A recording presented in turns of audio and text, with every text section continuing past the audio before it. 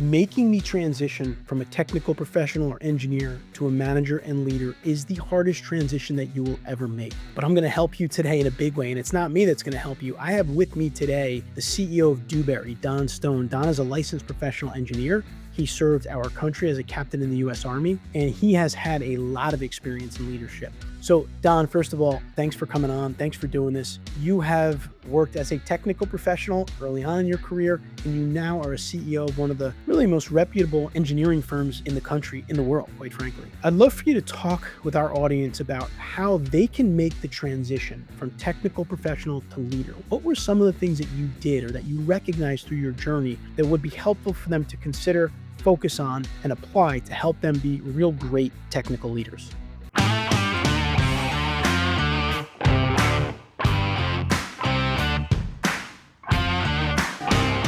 I think first and foremost is they have to understand what makes them tick, what they're about, what their disc profile is. And to me, it was recognizing the introvert component of mine, what just makes me tick, just who I am. And then understanding then how to manage through that. Because not only being an introvert, but I also always struggled with, you may have found this strange, but reading. Probably back in the day, it would have been diagnosed more as an ADD issue. And my organization knows that they send me an email longer than a paragraph, it's probably not going to get read. So overcoming some of those other hurdles, and that kind of helped me a little bit because, I was very comfortable in technical role because it was numbers, it was solving mathematics for the most part. And then being able to shift and see success by changing, not changing permanently, but changing in the situation, some of those traits that I have to become more extrovert.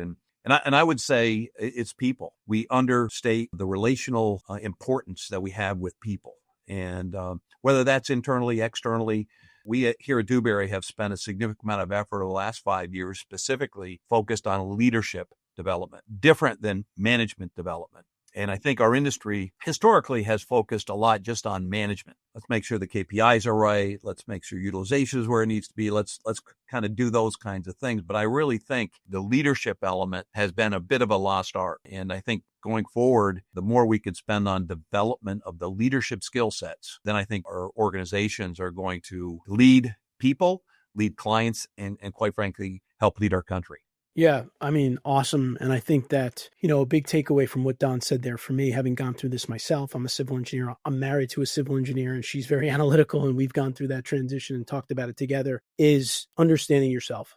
Don led with that, the DISC, understanding your work styles. The way I've heard some engineers describe it through the leadership programs that we run, we do some assessments with them. They say the response is, wow, those were some blind spots that I weren't aware of. And now that I'm aware of them, I can become a better leader. So if you're out there and you're going to make that transition, there's lots of directions you might get pulled in, leadership courses and books, and that can be extremely helpful. But what's most important, I think, is what Don said, is number one, understanding who you are, understanding your personality, your communication, work style, all of those things. And then also being able to interact with people, because those two things together are going to help you to be a great leader in the technical field. So Don Stone, licensed professional engineer, CEO at Dewberry. Don, thanks so much for your time. We really do appreciate it. Anthony, enjoyed it. Thanks for the opportunity. Well, Don, I want to thank you so much for your time today. Just in a couple of minutes here, you've provided what I think is a framework to help any technical professional be a strong and confident leader. Thank you so much for doing that. If you enjoyed the video here, please subscribe to our channel here. We put out videos like this on a weekly basis